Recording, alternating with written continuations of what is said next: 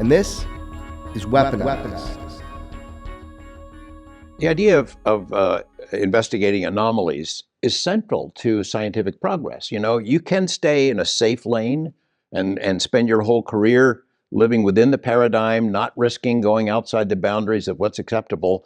But in the history of science, the ones that really make the difference are the ones that pursue anomalies, something that doesn't fit the general accepted knowledge. Absolutely, right? I couldn't agree more. I mean, I think when Robert Bigelow founded NIDS, as it became known as, I think that was a central objective, was to bring in some mainstream quote unquote scientists. We were shortly joined by physicist Eric Davis, who has sort of since then become quite well known in the UFO circles. And we also Robert Bigelow hired a DVM PhD guy named George Knapp, who was an expert at animal pathology. And the purpose for doing that was because this organization was going to investigate scientific anomalies, among which were cattle mutilations.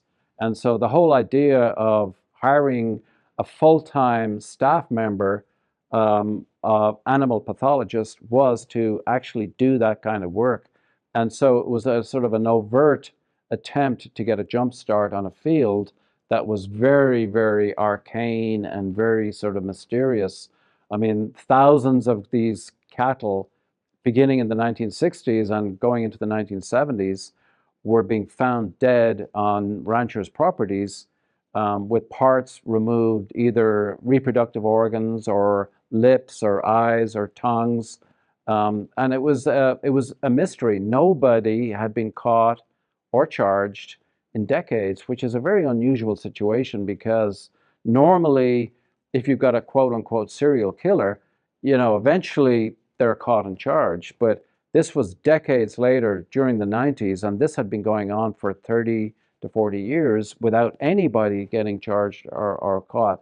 So NIDS, you know, got a DVM PhD, animal pathologist, right from the get-go, in order to sort of get a jump start on animal mutilations. We thought we could solve it in probably, you know, maybe 6 months to a year. But, you know, we were sort of, I think we were met with an awful lot more complexity. George has, along the way, really kind of educated me on all this history and stuff I didn't know about animal mutilations. I was interested in nuts and bolts and flying saucers, and right. over time, you know, George just kind of showed me, here's where the FBI was involved. Here's in the 70s what happened. Here are the documented cases, the pathology labs, and then working with you, I kind of started getting a bigger picture. But just for our audience or anybody who's unfamiliar with this, when we talk about something as mysterious as the UFO phenomenon, I begrudgingly had to come to an understanding that possibly something like this, what I considered this other mystery, because I wasn't listening to people who were experiencing these things.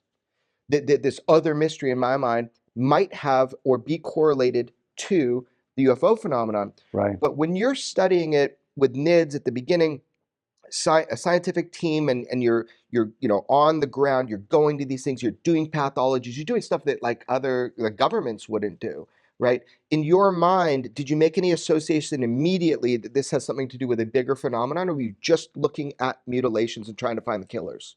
I think a bit of both. I know the veterinarian that joined National Institute for Discovery Science was very skeptical about any possible linkage between UFOs and cattle mutilations. However, the literature that we looked into suggested that there were a lot of unusual lights in the sky that usually were seen by ranchers or people close to ranchers immediately preceding finding their animal dead in the pasture the following day. So that's the last thing they would report. That's been when George and I have studied specific cases with this mutilation thing under the radar, although filmed.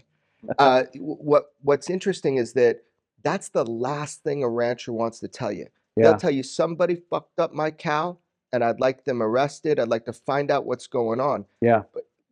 they're hesitant to tell you the lights thing or what else they see. I'd add this is, I've reported it a number of times. The number we use is there's been at least 10,000 cases reported.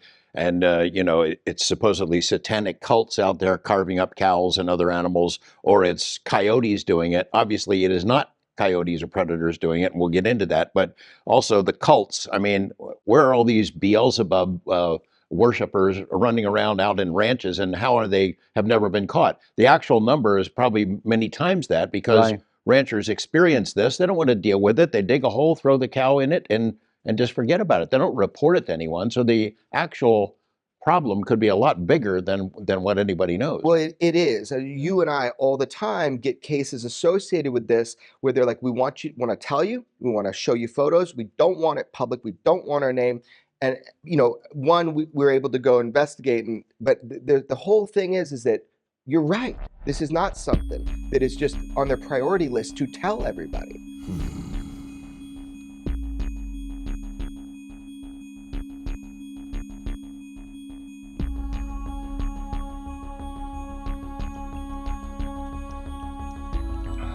Got a call from a guy in Dumas, Texas, and he has what appears to be an exceptionally interesting cattle mutilation. I'm going to show you the photos from it, see if you think this is a valid case. I like to meet with George Knapp because he has walked the walk for decades before me. We're talking about a reporter who has broken global news, from the mob to political investigations. He's a touchstone for truth.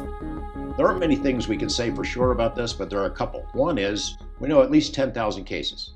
In all 50 states, they've been reported since the 1970s. I'm going to share something with you that is pretty startling. This is a paper that was written by NIDS, National Institute for Discovery Science. One of the investigations that they carried out was in Montana. There was a sheriff. His county is home to Malmstrom Air Force Base, nuclear missiles. Yeah. And there were a whole outbreak of these UFO sightings over the missile bases. By the way, just interject, in Dumas, Texas is one of the largest nuclear missile disarmament and maintenance facilities in the world. Pantex. Extraordinary coincidence. Well, it is exactly the pattern that happened in Montana over a series of years. They had something like 200 mutilations in this guy's county. And it was happening in the same time period that UFOs were appearing over these missile silos. Some of those silos were taken down. They were inoperative for a period of time. By what? The story is put out, it's mystery helicopters. Holy shit. It was reported by the Washington Post, and the world ignored it. It's well documented. This is a report by the FBI. In the late 70s, a big outbreak of cattle mutilations. And some U.S. senators said, hey, let's get to the bottom of this. The ranchers are raising hell. And they hired an ex-FBI agent and basically gave him an assignment. Explain this. This is the actual FBI from the report. FBI, right. He took a lot of legitimate evidence and then gave a whitewash explanation that it's predators. It's bullshit. It's not predators. Contrary to the FBI and the government's attempts to wipe this away with that report, the mystery continues. If cattle mutilation does happen in waves, we have a reemergence. There have been, really concerted efforts to make the public ignore it and explain it away. The public's not stupid. Witnesses are reaching out to me now. It's fucking amazing. When I started doing this, I never wanted to touch the mutilation topic. It's so strange and fringe. People equate them with UFOs and government conspiracies, but I can't ignore the facts. There's physical evidence, and when there's physical evidence, there's something we can learn from that. You see patterns happening here that are intertwined with these cases of true mutilation.